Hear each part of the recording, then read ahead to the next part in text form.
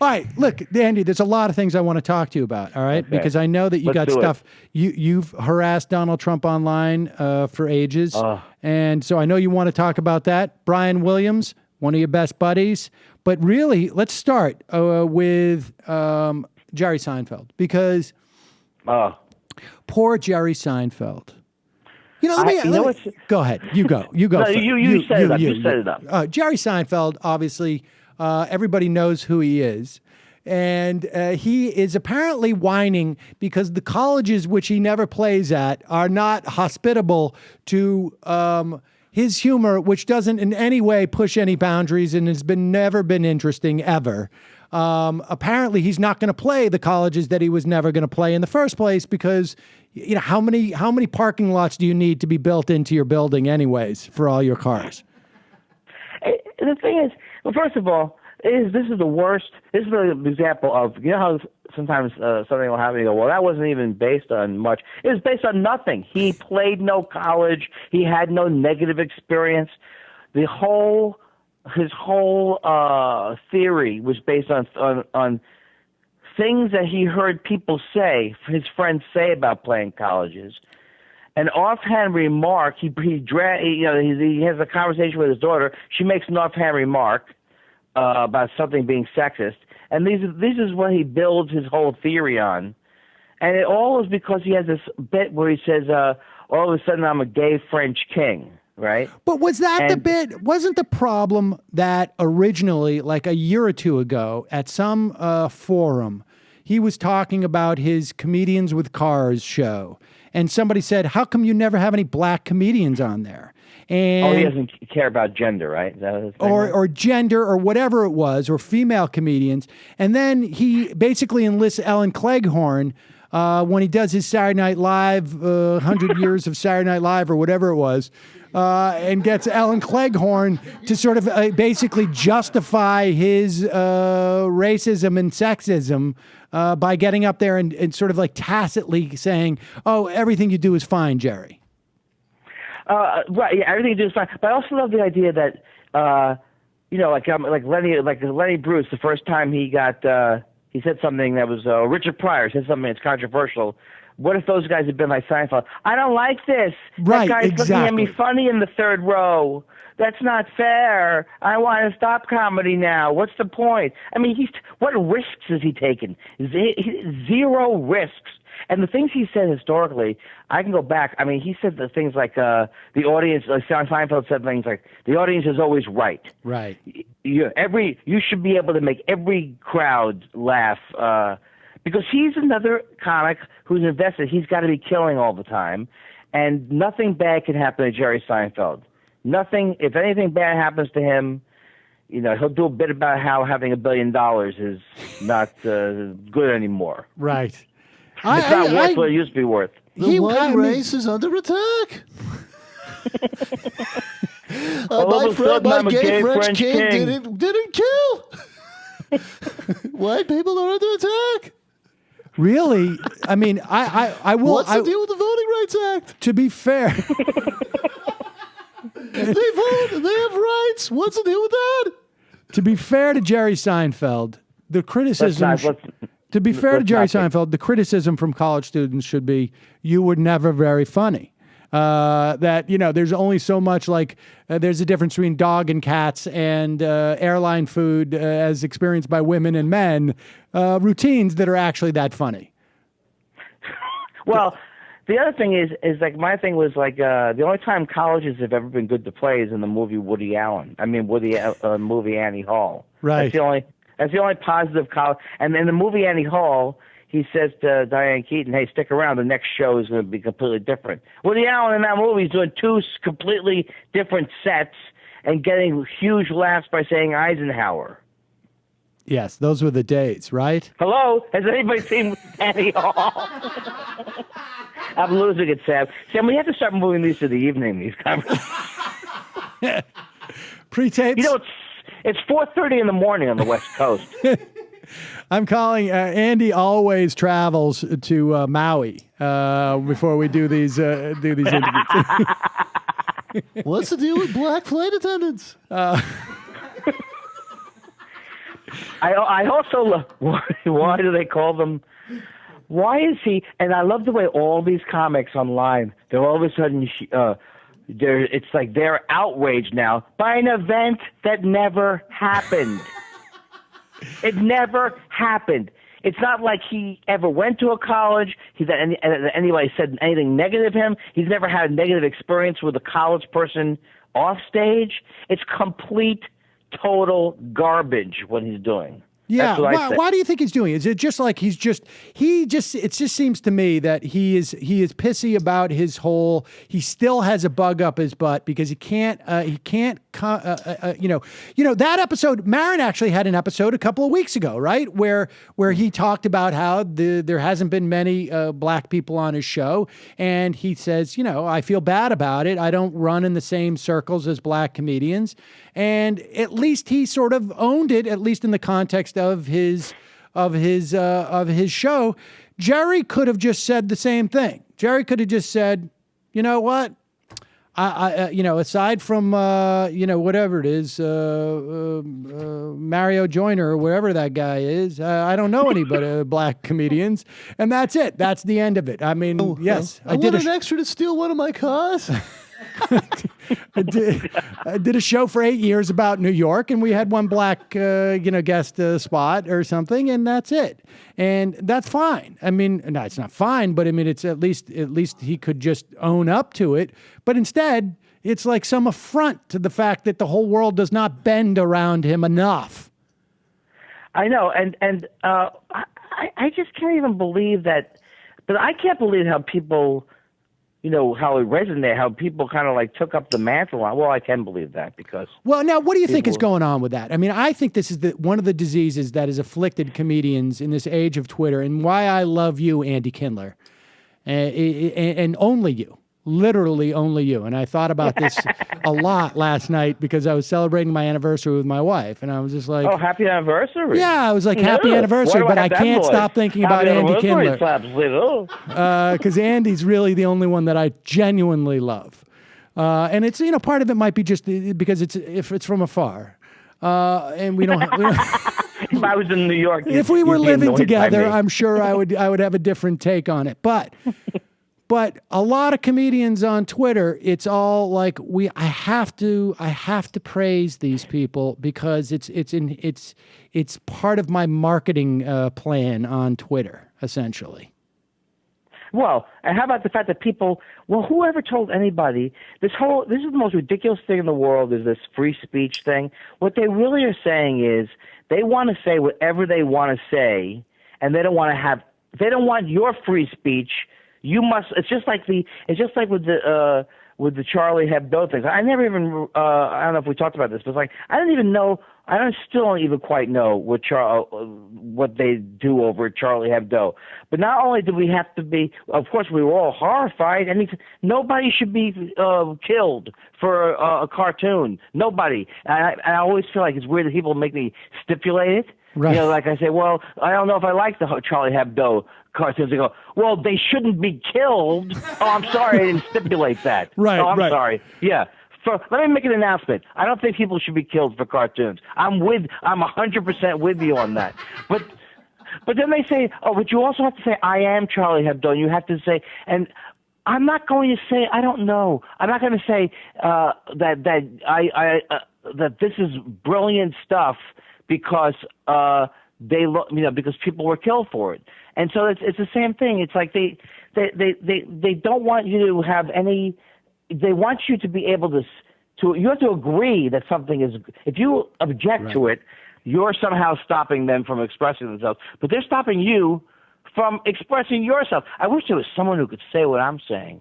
Well, no, you're absolutely right. I mean, the bottom line is like it's basically coming out and saying, not enough people are buying my comedy album. My free speech is being inhibited because people didn't enjoy it.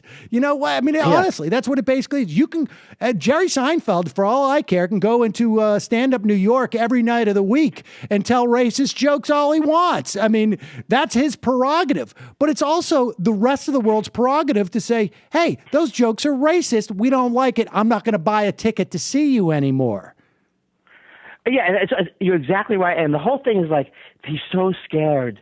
If my gay French king, if I can't say my gay French king material, what am I going to, that's it. It's over for me. This is the end of it. Well, it's not just the end of it for him. It's the end of it for all of us. Right. And that's the thing, too. It's like, there used to be these lines in vaudeville, Sam, which I'm an expert about. But there used to be these lines like, hey, nice to see you back in men's clothes again. Right. I didn't even know what that meant when I was a kid. I'm still not quite sure. But the idea, like, yeah, maybe it was funny at one point to say that this guy, what is that guy dressed up like a girl? What's that guy dressed like a woman and he's a man? Well, yes, now there are people who are dressed up like women who are men. So at some point, we're going to have to accept that that's the way people are expressing themselves, and you're not going to end. Your career's not going to end because you can't do all of your tranny jokes. Right, that's not exactly. going to mean the end of comedy as we know it. And I don't know if they're scared that that they can only do stuff that's based on a certain amount of people hating something. But it's like, yes, I understand that there is a point about political correctness, but that's not the point. Isn't like the first controversial thing I say, if it's not accepted, I'm going to say it's the end of comedy. Where meanwhile, Lenny Bruce really couldn't play somewhere. Literally was stopped from playing anywhere. Was Actually arrested did on suffer. stage. Was Right. literally arrested on stage. And he was not, and let me ask you this about I listened to, somebody had suggested listen to Maron with the Kurt, I can't remember his name. He writes on... Kurt Metzger. Kurt Metzger. And Yeah. I enjoyed the interview, and he sounds like a funny guy to me. He is a funny guy. And he was one who's upset at the blogs taking him on and whatnot. And from my perspective, it's like, look, I don't get offended by people using certain words. I don't. I don't. But the idea that you demand, because I'm making a joke, and then of course, every comedian is the expert about what's funny. That's fine. I am too. I sold a lot of pilots. I made a lot of money. So for the rest of my life, I get to determine what's funny and what's not. Okay. But the bottom line is, they all say the only thing that's important is that it's funny. Well, different people have different senses of humor, A and B. Okay. And on top of that, it's like, just because you're making a joke does not put you into some type of zone where nobody's allowed to be offended because I'm making a joke. Like, I'm in a special zone, the joke zone. And ever since that, Bud Friedman put that one brick on top of the other to make that wall, all of a sudden, we all left our blood and sweat and tears there. Well, let's take a perfect example. I definitely believe that there is this knee-jerk political correctness, or whatever. Sure. So, for example, perfect example, when Colbert, we all know Colbert. I believe Colbert he does genius comedy, as far as I'm concerned. He does satire. Nobody better than him. So when it all came out that they had taken out of context or whatever, or they did one line from his bit. And then all of a sudden, this cancel Colbert thing. Yeah, no, that was over the Redskins thing, and he had done a bit. Yeah, that's what it was. He had come out and done, I'm going to do a ching chong thing, and he was satirizing, essentially showing how much racism was involved in the Redskins owner, saying, well, we're going to keep the name Redskins, but we're going to contribute to the Native American College Fund or whatever it was. Colbert did a bit satirizing that. An online Twitter activist basically said, don't use Asian people as the butt of your jokes, and had every right in my mind to say, to do hashtag cancel Colbert. But I still thought that what Colbert said was funny. I thought the satire was good, and that's my opportunity to judge it. But it's like, good for Colbert for not coming out and saying my freedom of speech is being curtailed. He didn't whine about it. He just did. Yeah, and what happened? Is Colbert gone now? Is his career off? No, he's taking over for Letterman. So It's like the whole idea that, if we can't have a climate where we have to nip this in the bud, anybody objecting to what we're saying, because it'll be the end of comedy. I hate to say this because my act is based on things being terrible. I think there's more funny comics today saying more innovative things and saying anything they want, and they can be gay. And I'm not saying there's no sexism and there's no segregation in comedy, and that there aren't the same problems that there are in every single field. But the idea that it's the same thing with Patton Oswalt when Salon incorrectly went after Patton Oswalt for doing what I thought was a hilarious joke about the Chinese. They got the Chinese pilots' names wrong. Patton Oswalt still has a career. Stephen Colbert still has a career. The argument is false on its face, if that makes any sense. That we have to accept all these. I have to say, I'm in favor of you drawing Muhammad with his balls hanging down to the floor. Right. Because if I don't say I love that, then the terrorists win or something like that. Right, or the forces of political correctness. I mean, give me a break. Colbert was funny about it in terms of their response, and his career continues. In fact, I would argue that if you can't make a joke, if you can't be funny in response to to what they're saying, then you should hand in your comedy card. How many women does it take to change a light bulb? Wait, I'm in the comedy bubble. What's the problem? How dare you be offended? How many Puerto Ricans does it take? Wait, what? There's no free speech left. It's over. What will I do besides watch my interests appreciate? Exactly. I'm just gonna take my car elevator from floor number 1 to floor number 4 over and over again. I'm going back to floor number 4. I can't take it anymore. I know how Mitt Romney. No, I can't even exactly. No, I know how Mitt Romney feels. Even my daughter doesn't like the Swami Romney jokes. If only I was Latino, I wouldn't get any of this grief. If I was black, everybody would love my Samsung Ayatollah routines. And the gay French stuff would kill. All right. Andy. If I was Guatemalan, it would all kill. That's right. If only I was born in sub-Saharan Africa, I wouldn't have any of these problems. If I was from Sudan, I would have gone to Harvard and I would have 5 Mark Twain awards. I don't want to live in a world where the sock in the dryer bit doesn't exactly. rip the cover. Exactly. And the thing is, I love the show. This is what gets me so upset. I love the show. So I'm still watching reruns of Seinfeld. Yes, but let's be honest. It's like Larry David. If it wasn't for that show, Seinfeld, you would not think of Jerry Seinfeld as a cutting-edge comedian. Exactly. He seems to have forgotten that. This guy would have been, made Jay Leno look like a cultural critic. Think about this. A Dominican running a laundromat instead of a Korean. Unlimited comedic possibility. This could get killed because of the colleges. Cutting edge. Andy.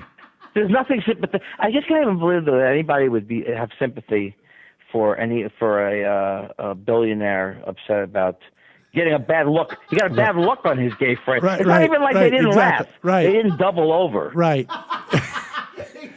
Right. They were like, time out, Jerry, time out. I'm laughing so hard. Gay French king.